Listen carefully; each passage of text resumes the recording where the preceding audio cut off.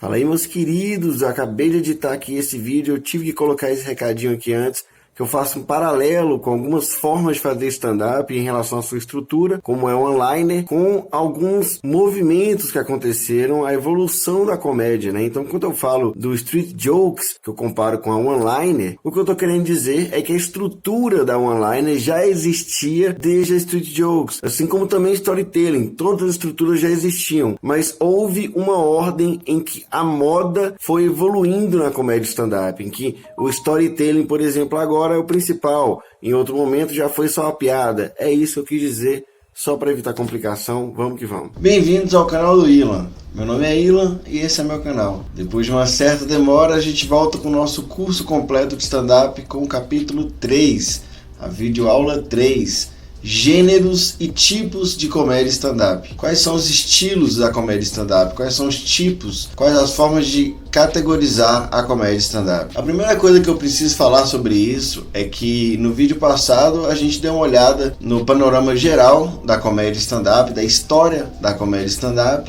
Essa primeira parte do curso vai ser uma visão externa da comédia, né? A gente ainda não vai falar sobre a prática da comédia stand-up, e sim sobre o que é a comédia stand-up. Na aula passada a gente deu uma olhada na história do stand-up, como que ele surgiu e qual que é a sua relação com o show business, como que isso foi acontecendo, cada década, cada movimento, cada geração e seus principais ícones. Claro que muita coisa ficou de fora, não tinha como não ficar, né? A gente está falando de 70 anos de comédia stand-up, então tem muita coisa, muitos programas, muitos comediantes e humoristas importantíssimos que ficaram de fora, mas não tinha como ser diferente. O importante era realmente dar uma pincelada no que foi cada década e como que aconteceu cada movimento, para a gente ter um entendimento melhor, inclusive, da aula de hoje, que é sobre os estilos e tipos de comédia stand-up. E antes de tudo, comente, curta, compartilhe, faz a coisa toda, se inscreve, liga o sininho, chama a polícia, chama o bombeiro, liga pra vovó. A primeira coisa que eu preciso falar é que esses tipos não são excludentes. Então não quer dizer que um comediante vai ter um determinado tipo ou que ele se encaixa em uma determinada categoria, que ele também não vai poder ser classificado de outra forma. Essas classificações, elas são maneiras externas de analisar a arte, né? Quem está criando entende esses conceitos, mas nem sempre se pauta ou se limita nisso. E nem deve se limitar. O que eu estou querendo dizer é que tem comediantes que se enquadram em vários gêneros, várias categorias, e não há nenhum problema nisso e nem corresponde a uma falha do sistema. Não há uma precisão tão matemática sobre o que cada comediante faz, e o seu tipo de humor, tanto em forma quanto conteúdo, pode se enquadrar em vários tipos. Os estilos e gêneros não são excludentes e nem são precisos. Então a gente pode classificar um stand-up ou um tipo de comediante de acordo com a forma, que seria a estrutura em que ele apresenta suas piadas, em que apresenta seu ato de stand-up, ou de acordo com o seu conteúdo, que diz respeito ao tema, ao seu posicionamento e o que ele fala dentro do stand-up dele. Primeiro a gente vai classificar de acordo com a forma, e a gente vai entender que a história do stand-up, da maneira como ela foi contada na aula passada, ela vai também demonstrar uma evolução na maneira de apresentar, ou pelo menos de qual que era a forma de apresentar essas piadas que estava na moda, mais costumeira. As mudanças do stand-up, de acordo com sua forma, foram acontecendo no stand-up com uma certa evolução mesmo. Desde vaudeville, em que ainda se não tinha a definição do stand-up clássico, né, que é só o comediante com microfone, um banquinho, sem muitos recursos ou sem usar recurso algum. Então o que a gente tinha nessa era pré-stand-up? A gente tinha uma mistureba. Então o comediante, ele também era um músico, ele podia ter um fantoche, ele podia ter um número de mágica, ele podia ter um número de malabares. Então, na verdade, o pré-stand-up, ele começa no que a gente também conhece como o próprio comedy. O próprio comedy em si se refere a uma apresentação de stand-up, ou do gênero de in-one, que é um apresentador só, em que a pessoa utiliza acessórios, também conhecido como props, né? Igual o Steve Martin, que usava aquela flecha na cabeça, tem objetos em geral e fazer graça com esses objetos. Isso é próprio comedy. Só que antes do stand-up ser classificado como stand-up, já se utilizava mágica, acessórios, personagem, tudo numa coisa só. Então antes do stand-up se definir como stand-up pela piada, já existia a brincadeira com acessórios. A partir disso, a partir da definição do que é o stand-up na década de 50, a gente começa a entender a piada em si, o joke. E aí entra a anedota, aquela piada de rua, street joke, também conhecida como one-liner. Então a piada sozinha, sem contexto, além daquilo, em sua unidade mais pura, seria o one-liner. Seria a piada simples e pura, sem contexto, sem estar numa história, sem estar num posicionamento político, sem estar numa mensagem maior, ou numa mensagem de qualquer forma, mensagem at all. E aí, à medida que o stand-up foi evoluindo, e que começou, por exemplo, Lenny Bruce, essa galera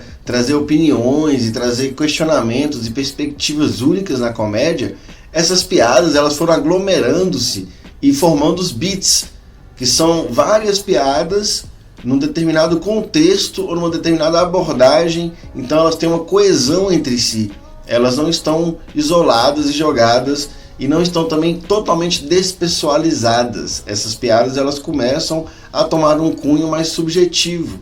Não é mais a história de um papagaio, de uma loira. Já começa a ser uma coisa que eu estou falando. Então, a partir disso, a gente começa a ver que a mudança na forma, ela tem a ver com a impessoalidade daquilo também.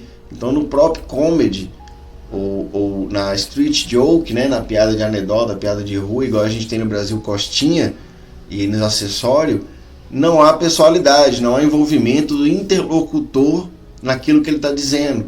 E a partir do momento que a gente começa a criação autoral e o stand-up vai desenvolvendo no que a gente conhece como stand-up moderno, passa a ter o envolvimento da pessoa que conta a piada, passa a existir pessoalidade. E aí a evolução disso, você para pensar aí, acabou aí, né? Beats, várias piadas, e aí a gente tem a década de 80, 90, 2000 e tudo mais. Não, porque aí vem o storytelling.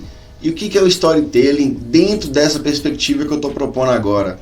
São vários beats com coesão, que é dentro de uma narrativa. Então, da mesma forma que a gente tinha as piadas antes isoladas, que se juntaram para virar piadas de um determinado tema, é uma piada sobre celular, ou sobre o que eu acho da modernidade da internet, ou relacionamentos.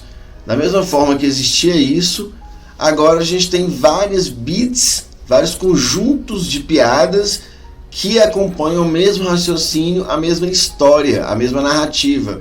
E aí a gente tem o storytelling trazendo ainda mais pessoalidade e mais coesão e talvez eu diria até fluidez para o show de stand-up. Essa é a linha que a gente pode colocar cronológica das formas, da forma de classificar em stand-up em forma, de acordo com a sua estrutura, pelas piadas. E agora a gente vai dar uma olhada como que a gente classifica em relação ao seu conteúdo. Quando a gente fala de conteúdo de stand-up, a gente está falando tipos de stand-up, não o tipo da piada. O tipo da piada é a estrutura dela, e ela pode ser considerada one-liner, storytelling, ou uma piada de próprio comedy, um joke mesmo, sozinha, ou qualquer coisa do tipo. Agora, quando a gente fala de temas de piadas, a gente fala tipos de conteúdos, a gente vai ter, por exemplo, clean, que é o tipo limpo, é o tipo família, que é o tipo de stand-up que não fala palavrão, não fala de temas pesados, não fala de temas tabus, e que é o tipo que a indústria costuma gostar, porque tem um apelo, uma abrangência maior, ou até então costumava gostar, né, porque agora a gente tem com a internet o efeito nicho, mas ainda assim costuma ser o preferido, até por uma questão de anúncio. No YouTube, por exemplo, se você vai fazer humor, não é legal você falar de temas pesados, ou temas adultos, ou temas controversos, temas polêmicos. Não é legal você abordar isso, é legal você ser clean, família, e é isso. Por exemplo, a gente tem o Jim Gaffigan, que é um comediante tão limpo que ele conseguiu abrir para o Papa. Ele literalmente foi o stand-up que abriu para uma apresentação do Papa. Então, quando você está nesse nível, você é um comediante clean. A gente tem o Seinfeld. Então, as produtoras, os sitcoms, tudo isso ajudava ou direcionava o comediante stand-up a ir para o estilo clean. Mas além disso, a gente tem vários outros tipos. Por exemplo, o observacional, é um tipo famosíssimo na década de 80 com Jerry Seinfeld e vários outros comediantes, que é um tipo de comédia em que você vai fazer pontuações a partir de observações, seja do cotidiano, seja a respeito de comportamento humano, um objeto, funcionamento de alguma coisa, alguma propaganda ou esse tipo de coisa. O observacional também é chamado de Little World, que é o pequeno mundo, aquela coisa que todo mundo se identifica. Por isso que o tipo de comédia que o Seinfeld faz é muito abrangente, porque além dele ser clean, ele também é observacional. E quando você é observacional, você vai na vida do indivíduo. E aí não importa se você é homem, mulher, se você é um bombeiro, se você é um assassino, se você é um ladrão, se você é um banqueiro. Todo mundo tem pequenas coisas que é identificável para todas as pessoas. E isso tem muito a ver com fazer esse humor observacional. É sair da sua perspectiva de grupo e ir para a sua perspectiva a mais... como pegar a realidade e jogar no microscópio. Seria esse tipo de observacional, de Little World, né? Que é o pequeno mundo. A gente também tem o humor político, que o nome já diz tudo. É aquele humor engajado, aquele humor que ele busca trazer uma mensagem política ou até mesmo uma mudança social. E ele tem...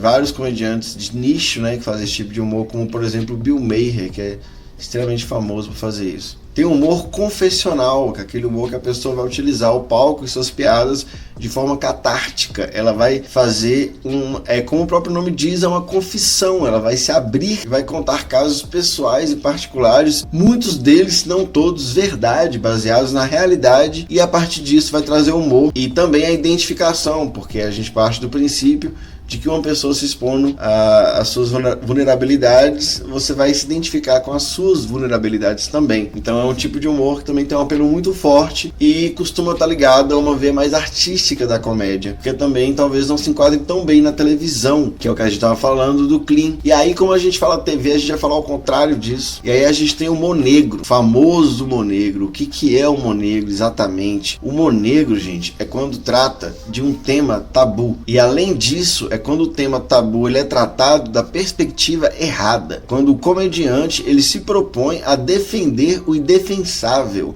Isso seria o humor negro, seria ver o lado positivo em algo que é consensualmente visto de forma unânime como uma coisa errada, como uma coisa ruim. O comediante vai ver pontos positivos ou vai olhar de uma perspectiva contrária ao socialmente aceito. É isso que é o humor negro. Então não adianta você falar de temas pesados. Você tem que falar de temas pesados a partir da perspectiva errada da coisa. Isso é o verdadeiro humor negro. Que também não significa que é o riso apenas pelo choque. Ainda tem que ter piada. Uma coisa que você pode perceber muito bem no Anthony Jeselnik, que é um grande expoente e exemplo do humor negro atual. Que aí também muitas vezes o humor negro é confundido com off-color, que é simplesmente humor vulgar, politicamente incorreto, é o famoso mau gosto, né? Então o off-color muitas vezes também é humor negro, mas às vezes não é, às vezes é simplesmente falar do tabu, falar do mau gosto, ou uma visão particularmente politicamente incorreta a respeito de alguma coisa, mas não necessariamente do ponto de vista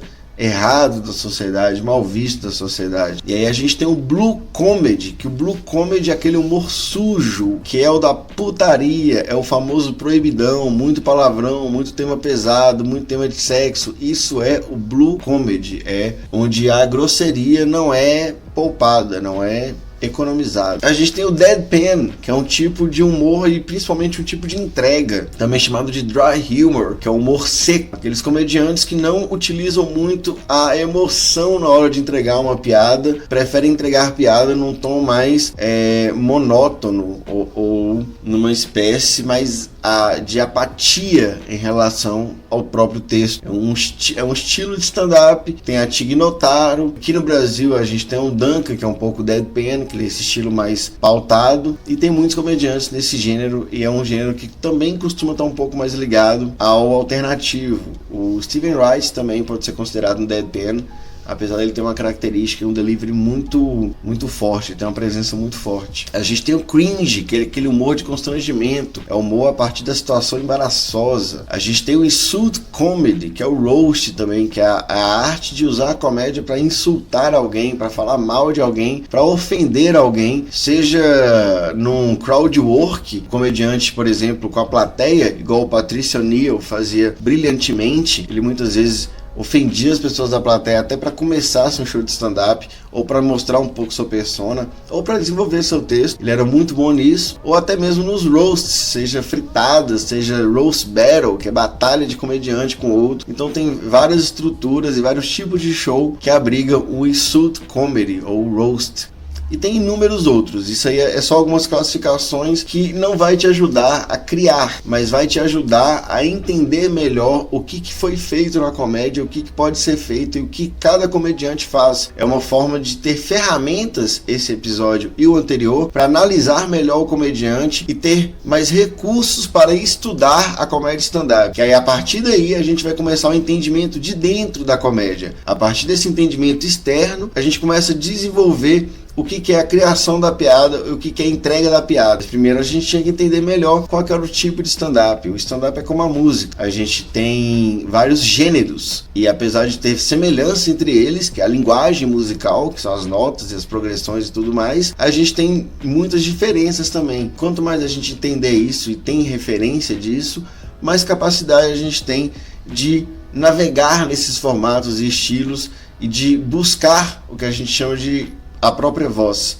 ou a sua persona, ou seu tipo de comédia. Como usar isso para estudar? É interessante, a partir do momento que você tem a referência sobre os movimentos, sobre as décadas da comédia stand-up e os tipos e os estilos de categorias de stand-up, a partir do momento que você vai estudar, que você vai assistir um comediante, você pode começar a analisar qual o movimento, qual o seu estilo, como que ele faz com que aquilo fique claro e como que ele utiliza esse estilo. Por exemplo, o Monego, como que ele faz no caso do Jeselnik, como que o Jeselnik faz para se safar das coisas que ele diz? Como que ele faz para se distanciar do seu ato, para mostrar que aquilo é uma persona? Quais estratégias ele usa? Como que funciona? Como que ele atua fazendo um one-liner e humor negro? Como que no último show dele, ou nos últimos dois, além de one-liner, ele também fez storytelling? Como que ele transitou de um momento para o outro? Então tudo isso pode ser analisado a partir do momento que você tem essas terminologias, que você tem esses conceitos na sua cabeça para você analisar. Agora a gente vai para uma parte mais opinativa desse vídeo, que é onde eu vou dar minha opinião a respeito de algumas coisas que permeiam o que a gente disse hoje. Quando a gente fala da evolução dos gêneros a partir de sua forma, né? Aquela questão que eu falei do prop, que depois virou a piada em si, desenvolveu nos beats, que aí depois virou histórias, né? Esse estilo mais conversacional. É interessante a gente pausar e pensar um pouco sobre a definição do stand-up e por que ele acontece dessa forma. Quando a gente foi tirando os recursos, a mágica, o piano e os demais recursos que envolviam aquele show que era conhecido como in one, né, o show de uma pessoa só, antes de virar stand-up de fato, a gente não tinha o estudo da escrita da comédia, joke writing, e da entrega da comédia, que é o estudo, é o fundamento da comédia stand-up em cima desses dois pilares. A gente vai começar a estudar isso nos próximos episódios, nos próximos vídeos, mas é interessante a gente pensar que a partir do momento que existiu o stand-up nessa forma simplista de apenas o comediante com o microfone, ele também passou a ter a necessidade de aprimorar cada vez mais esses dois pilares, que é a escrita e a entrega da piada. Por que eu tô dizendo isso? Porque quando a gente se pega olhando assim as questões, por exemplo, muito open mic, muitas pessoas se perguntam se usar instrumentos musicais é errado ou deixa de ser stand-up. Não deixa de ser stand-up. Quem é alguém para falar que é errado? De forma alguma. Inclusive é muito tradicional o uso de música, seja no violão, seja no piano, na comédia stand-up. Pessoas brilhantes já fizeram isso e ainda fazem com o Timish. A questão aqui é que quanto mais recursos você põe, mais recursos você tem, além da própria piada, para entreter e para fazer a graça. Isso quer dizer que as suas necessidades, o seu desenvolvimento, o seu foco não vai estar todo voltado para escrita e para entrega. Isso quer dizer que você vai estar diluindo suas habilidades e seu desenvolvimento como performer. Então é interessante a gente entender que não é que deixa de ser stand-up, mas a própria definição do stand-up se pauta pela ausência de recursos, uma vez que essa é a maneira mais difícil de fazer rir e mais difícil de entreter, que é sem cenário, sem personagem, sem nada. Eu espero que você tenha gostado do vídeo de hoje. Meu nome é Ilan Carvalho, esse é o canal do Ilan. Continue acompanhando, continue comentando, também curta, compartilhe, e é isso, muito obrigado.